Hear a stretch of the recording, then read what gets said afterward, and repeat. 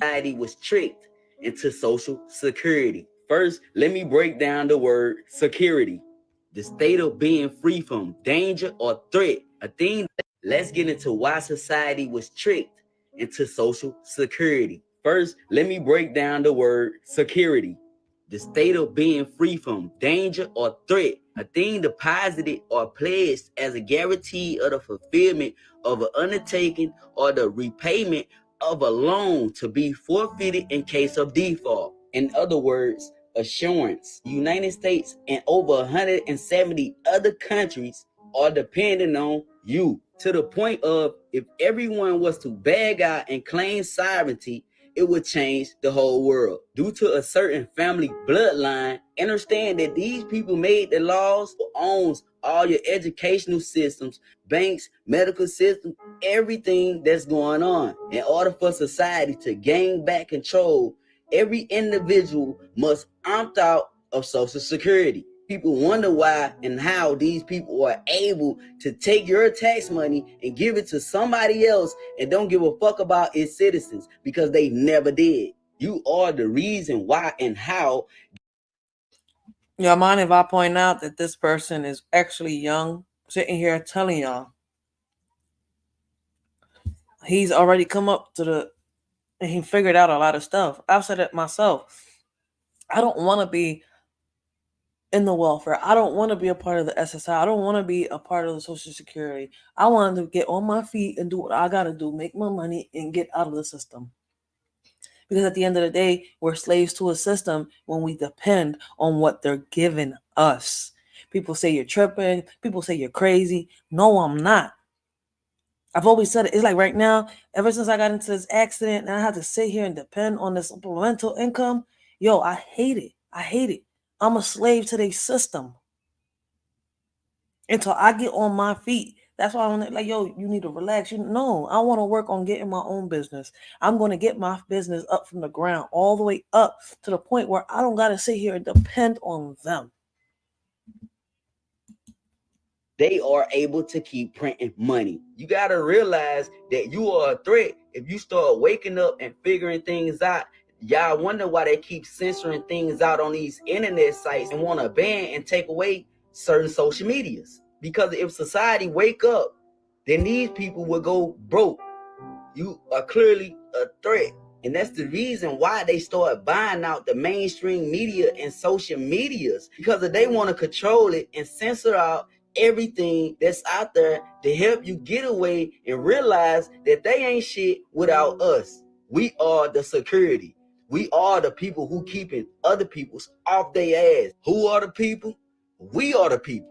Meaning, if society actually woke up and canceled out all the fulfillments of these people loans and back pays, then we would be a threat. The people that you thought was designed to help you really is not designed to help you, because they are wrapped around these people's fingers. And they also, again, so it's a lose-lose situation if society really want to gain back the strength that we used to have back in the Totalitarian ages, in the ancient stages.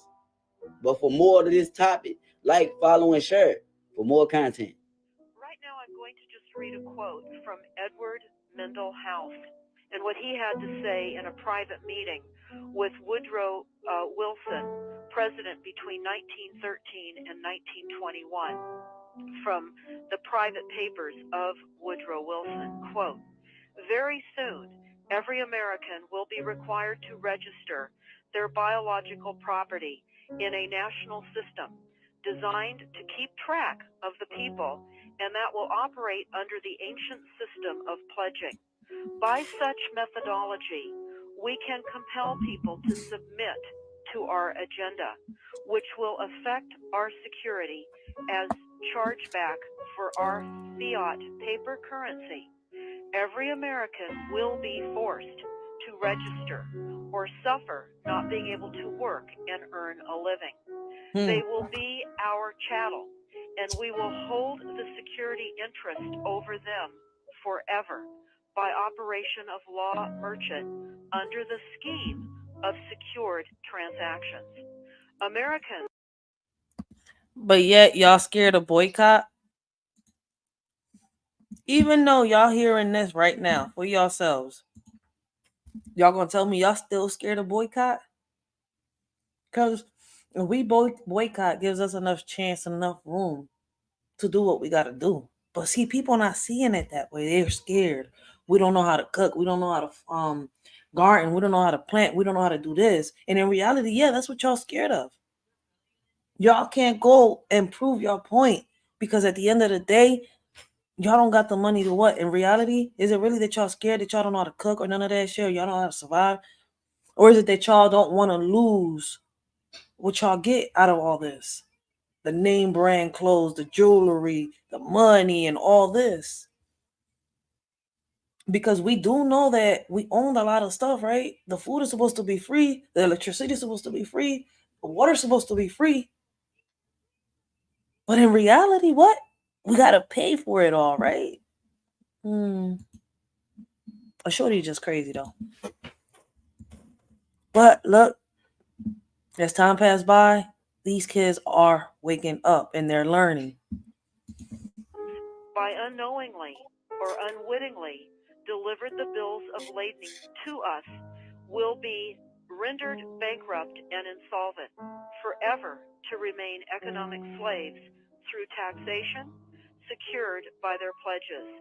They will be stripped of their rights and given commercial value, designated to keep us a profit that will be none the wiser. For not one man in a million could ever figure out our plans. And if by accident one or two would figure it out, we have in our arsenal plausible deniability. After all, this is the only logical way to fund government, by floating liens and debt to the registrants in the form of benefits and pledges. This will inevitably reap us huge profits beyond our wildest of expectations and leave every American a contributor to this fraud, which we will call social insurance.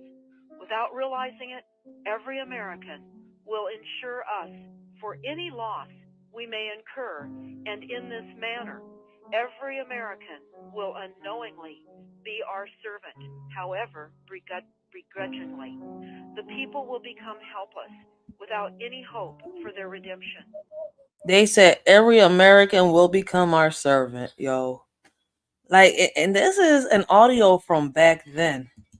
And we will employ the high office of the president as our dummy corporation to foment this plot against America.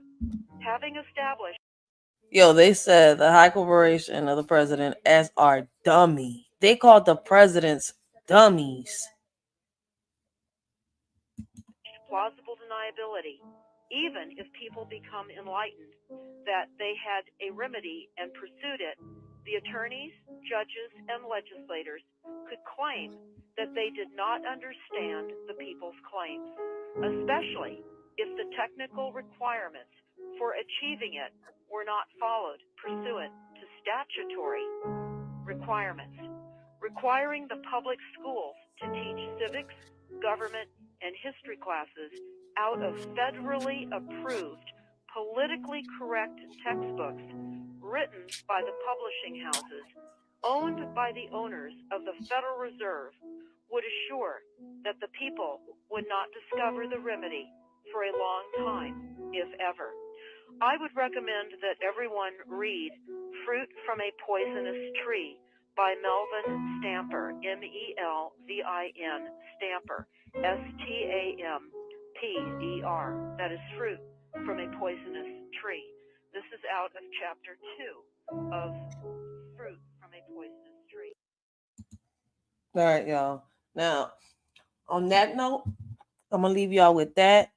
Don't let it go over your heads. Like I said, the whole point of this is to bring awareness. We're not here to bring nobody down. We're not here to judge nobody. We're here to talk about it and put solutions on the table.